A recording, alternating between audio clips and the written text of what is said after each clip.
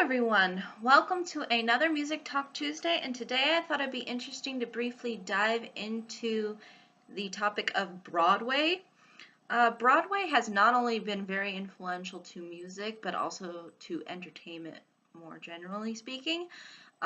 It is considered to be a huge tourist attraction for millions around the world, and it is definitely considered to be one of putting emphasis onto the musical, or has been a huge hub for that particular form of entertainment. Um, but it didn't really initially start out as you would expect it to sort of start out, because Broadway in and of itself was actually not located in Manhattan initially. And its history actually goes way back into up until 1750. Basically, Thomas Keene as well as Walter Murray were the first to really, really establish a theater company within the New York area. But unfortunately, as a result of the Revolutionary War, productions did not occur, and it was not until after the war that we start seeing really the whole concept of Broadway really emerging.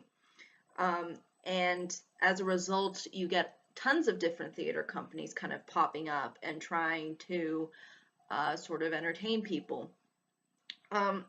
Now, it's not until the 1920s and 30s that we see the theater sort of coalescing around Broadway, along where Broadway is. And also, the important thing to note as well is that musicals actually did not get started until the middle portion of the 19th century. So I think that's also something important to note, because initially there were a lot of plays that were based on Shakespeare, and even you could consider today there's probably still some that play Shakespeare's work. But again, it sort of started out more as a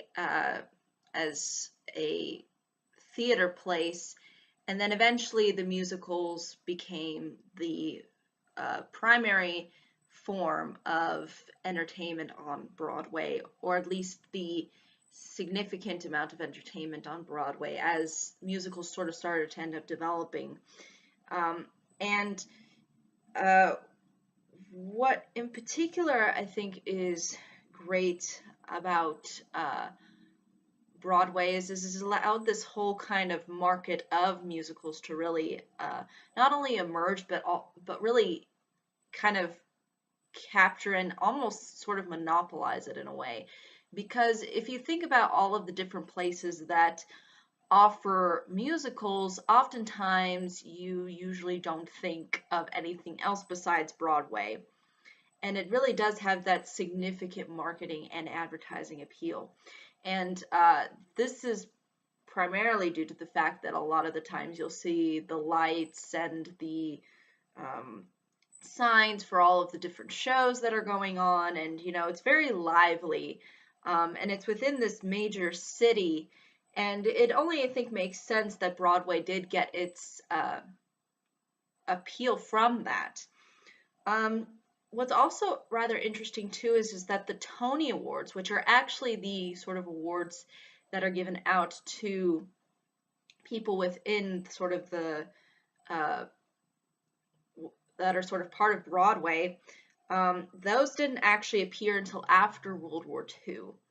And they were designed for some different reasons, actually. They ultimately wanted to improve the quality of Broadway, so that people would take Broadway, I guess, more seriously.